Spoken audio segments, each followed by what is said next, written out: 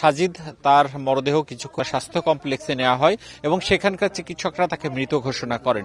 এরপর ফায়ার সার্ভিসের যে অ্যাম্বুলেন্স, সেই অ্যাম্বুলেন্সে আবার তার বাসায় নিয়ে আসা হয়েছে এবং কিছুক্ষণ আগে তার বাড়ির মধ্যে মরদেহটি রাখা হয়েছে।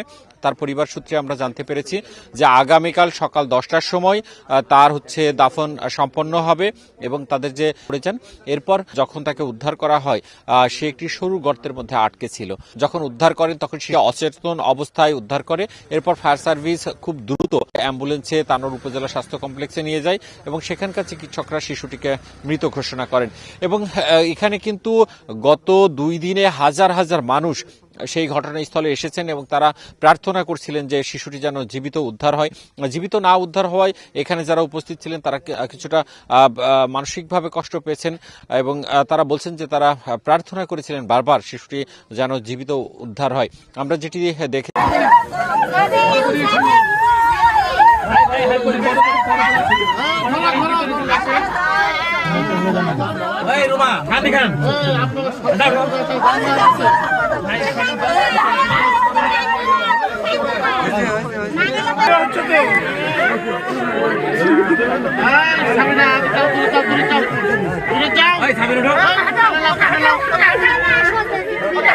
একটু মুখটা দেখান গো ভাই, ভাই মুখটা একটু দেখান, দেখান ভাই একটু মুখটা দেখান, আমরা দেখতে পাইনি, একটু দেখান ভাই, দেখান কেউ কেমন না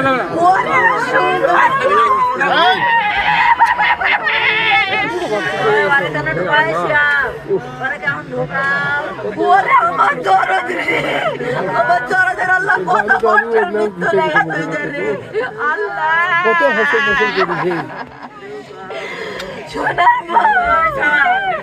আল্লাহ তুমি আমার ধরা কত কষ্টের মৃত্যু লেখা তুই কখন আল্লাহ